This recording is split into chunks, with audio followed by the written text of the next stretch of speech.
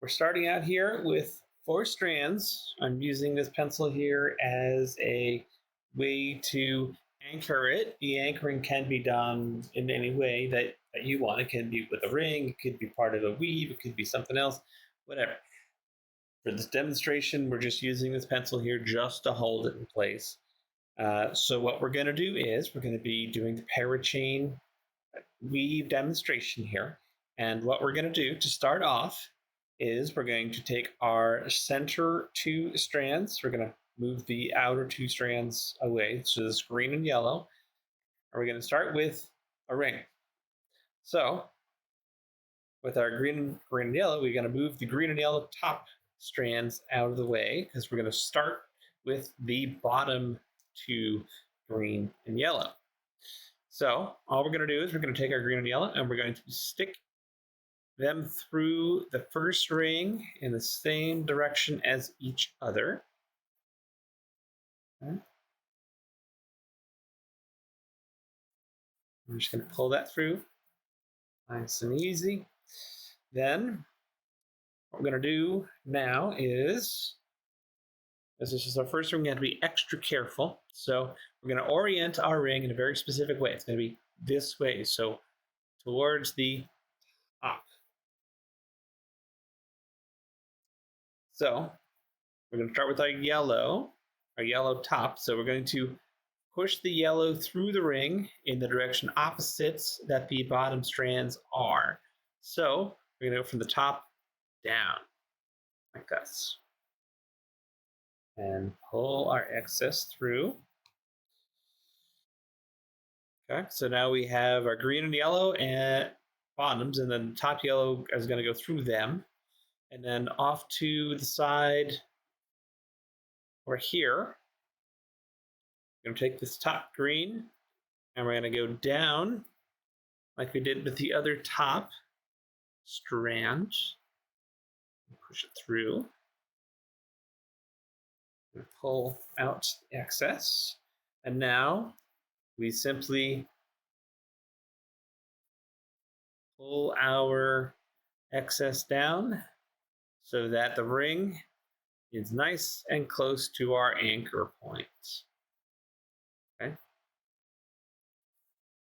Just like that. Now we're going to take another ring and we're going to do something very similar with our blue and our red. So we take our bottom blue strands, put it through our ring here, and we pull it through. And then we make sure it's oriented the same way as it was with that first ring. So the part of the ring that's on the top goes towards the anchor point.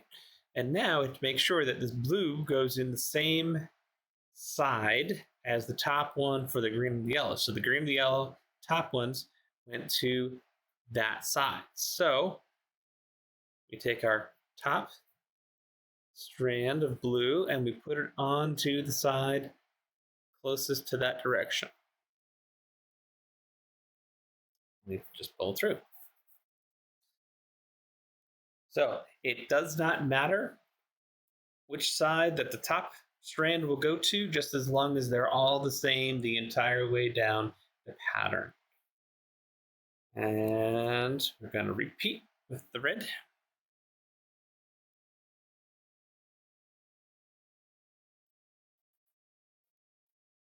Make sure we're on camera. Bottom strand up, top strand down into that side. Pull out our excess, and then we pull the excess strand so that the ring is close to the anchor point, and we have now our first row of rings in our pattern. So as we go to the next row is not going to have 3 rings. It's actually going to have 2 rings in it. And this is where we take, instead of going green and yellow, we're going to go green and blue. So just like we did with our very first ring, we're going to pull the top strands off to one side. And we're going to put the blue from the bottom and the green from the bottom through the ring. just like that. And we're going to orient the ring this again the same way, but when we get to the top strands on that first row, the top strand went through the side over there. Now, this is the top strand, so now we actually have to go to this side. So we're going to take our blue and put it in between our blue and our green bottom strands. Just like this. All right.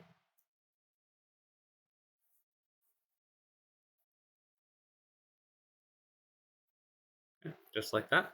And then we're going to take our other top strand, our other green, and we're going to do the same thing. Go from the top down through the bottom so that it is on this side.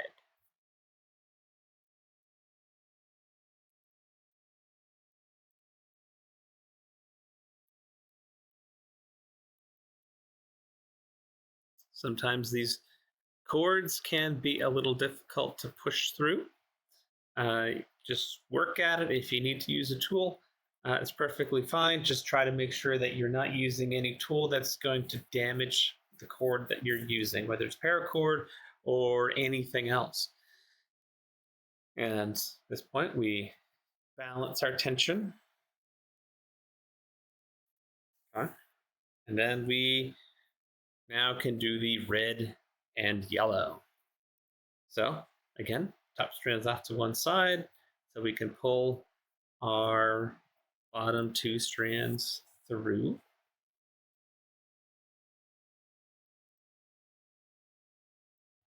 Like this. Okay. Just orient them correctly. And again, you have this strand, since it is on this side of this point here, it's going to stay to this side. So we split our red and our yellow, push it down through to get it in between. So an easy way to think about this is the strand is on a line. So this on this yellow one, this top side is going to stay over here, and the bottom one's going to stay to that side. So they're just in essentially a straight line all the way down. They might get a little bit bendy, as you'll see as we get further into it, but they always stay to their own side. That's the easiest way to think about it. Okay. And again, taking our top red, putting it from the top down to the bottom, and we pull out our excess so we can balance all of our tension here. And we now have our first row 3 and row 2. Now we're going to go back to a row 3, and just like we did for the first row, one ring to the blue, one ring to the green and yellow, one ring to the red. That's it. So we take our green and yellow. I personally find it's easiest to do this from the outside, sorry, from the inside to the outside. But if you find a way that works better, do that. So take our green and our yellow and put those through the ring. Like that. And again, we're going to make sure that that ring is oriented the same way we did that first one. And the yellow is going to go between them.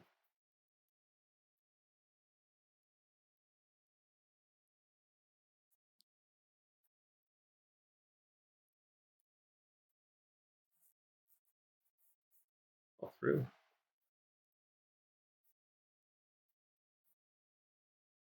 And the rest of this second row of 3 and 2 is going to get put together the exact same way that the first row of 3 and 2 got put together.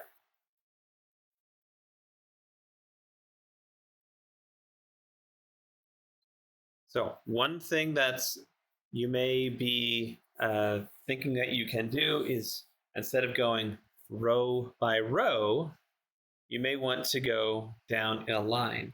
Now, is this something that you can do? Yes. However, I would recommend against it simply because if you make a whole line and then you go back and make the next line over when you're putting it all together, your tension may not be balanced very well. And it's something that's really difficult to fix after the fact. So, to make sure that the balance of the tension is the same all the way down your pattern, best practice is to simply go row by row. And one other thing, if you have a large pattern, if you have a large project that you're working on, then you will have quite a chore of pulling these strands through, because the strands are always going to be pulled all the way through.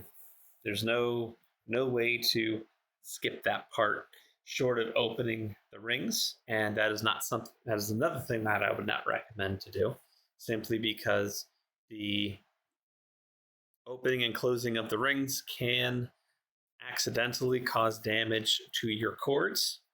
And if you do that in the middle, then you may have to redo an entire cord or maybe even the whole project. So, best to do it right the first time.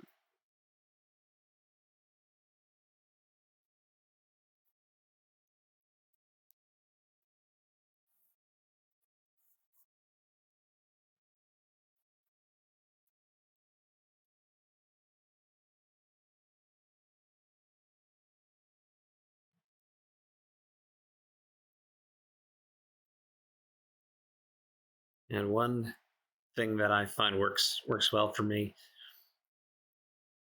you do the tooth strands coming from the bottom, then you do the middle strand, and then you do the outer strand last, because that way you can just pull everything out of the way together instead of having to pull half the strands one way and then another strand a different way. It just makes it easier to do. So again, bottom strands up.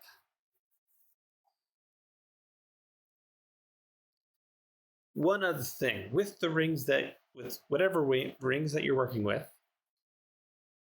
when you're dealing with it, almost always you'll have this closure point in your ring right here. And if they are not perfectly closed, if any of your rings are not perfectly closed, as you're pulling your strands through, they can get snagged fairly easily. So you always want to be careful. And if you find a ring that has a snag point on it, just either try to get that ring closed a little bit better, or just be very careful when you're pulling it through, and always try to push that snag point away from where the cord is sliding through the ring.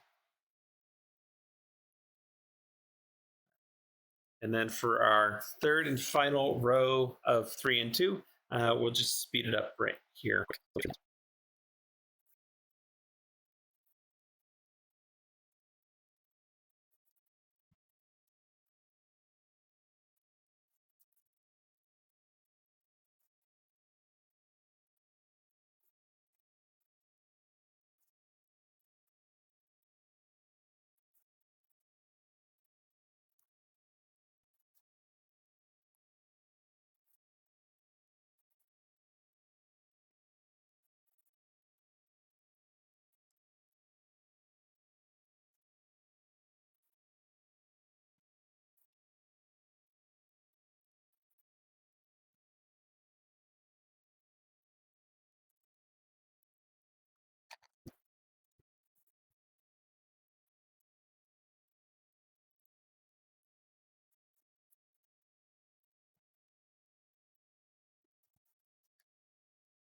Okay, so here we have our completed section.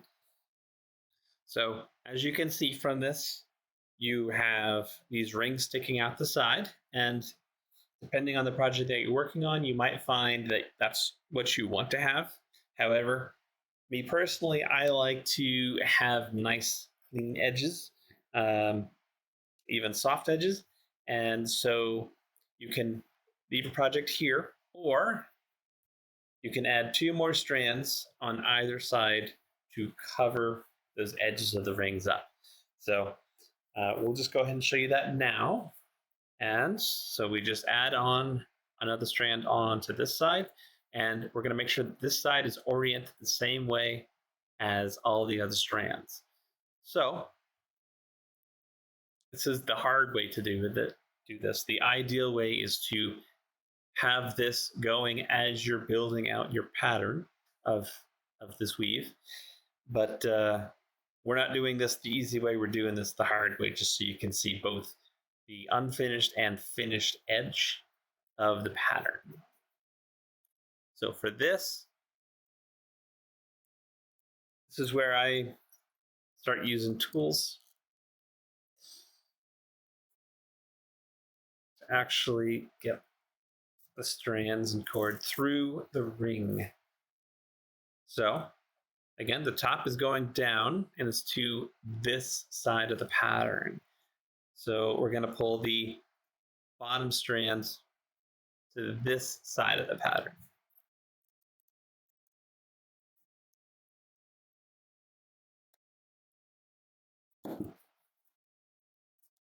Sometimes, because the rings that I use are pretty small, they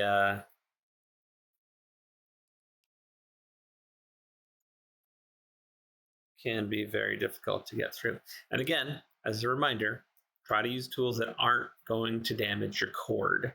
Sometimes your cord can be pretty resilient, but still best to be safe with your cord and try to not damage it as little as possible.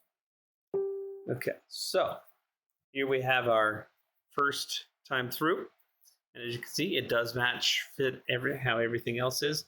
Now from here, you have to make a decision. Me personally, I like to keep the pattern the same. You can do this. The top goes straight down into the next ring down, because obviously there's no ring here, so you'd have to skip it and go from the first row of 3 to the second row of 3. You can go through.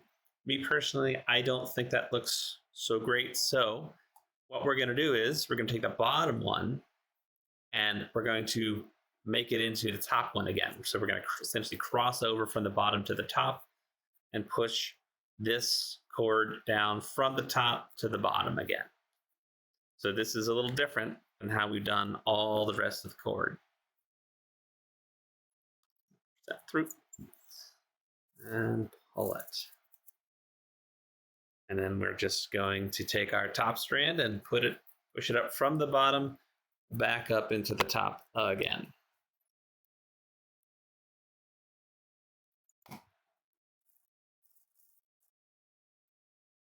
Right. And as you can see, it crosses over itself right here, but it lays pretty nicely with the rest of the pattern. And then we're just going to do that for our third row of 3 rings.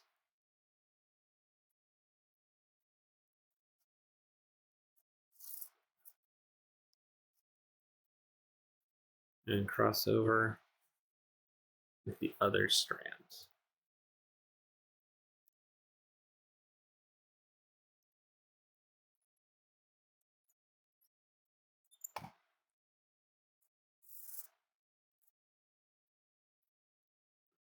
That, as you can see, is a comparison of this more finished edge compared to a rough edge. Now, again, whichever way your project is going to work best, go with that. You don't have to stick to having this finished edge if the project doesn't call for it, but do the thing that works best. Now, I'm going to go ahead and do this edge over here, but without this crossover, so you can do a comparison. So we're going to put our other strand on there, and just for this first one, we're going to make it match the blue. So the blue, the bottom one, comes in to the side closest to the middle of the pattern. So we'll do the bottom one first instead of the top one first, like we did for the other side. We're just going to push that through, pull out our excess, and then go from the top down.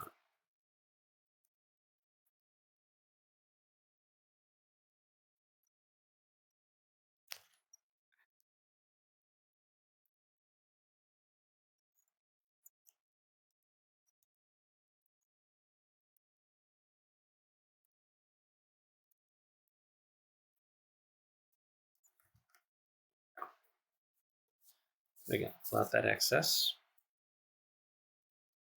Now, as you can see here, just like the gray on this side, the darker gray on this side matches that pattern.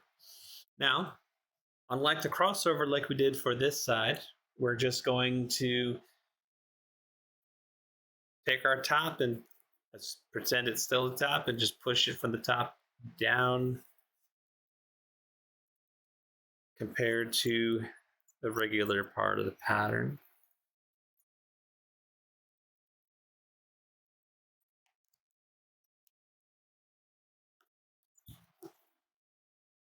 Again, if you're, make sure that you use a tool that works well for you.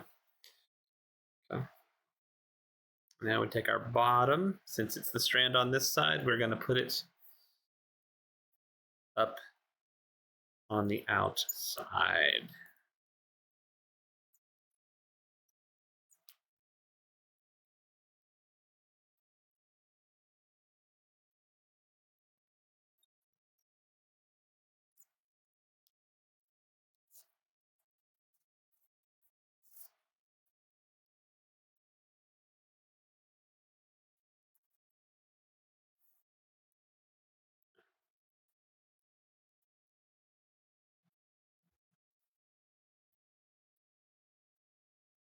Okay, and our inner strand of the two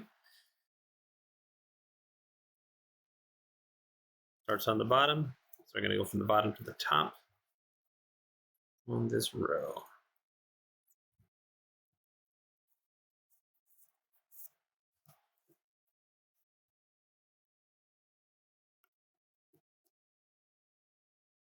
And then top goes to top on the. Now, you might prefer it this way. Again, that's partly why I showed it to you. It's not quite as neat as this side, but if your project calls for something a little bit more distinct on its edge, definitely go for that.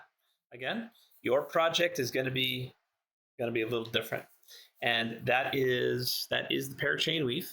And if there's plenty of opportunity to do different things with this, and if you find something that works a little bit better or works different with this pattern, please let me know. Thank you.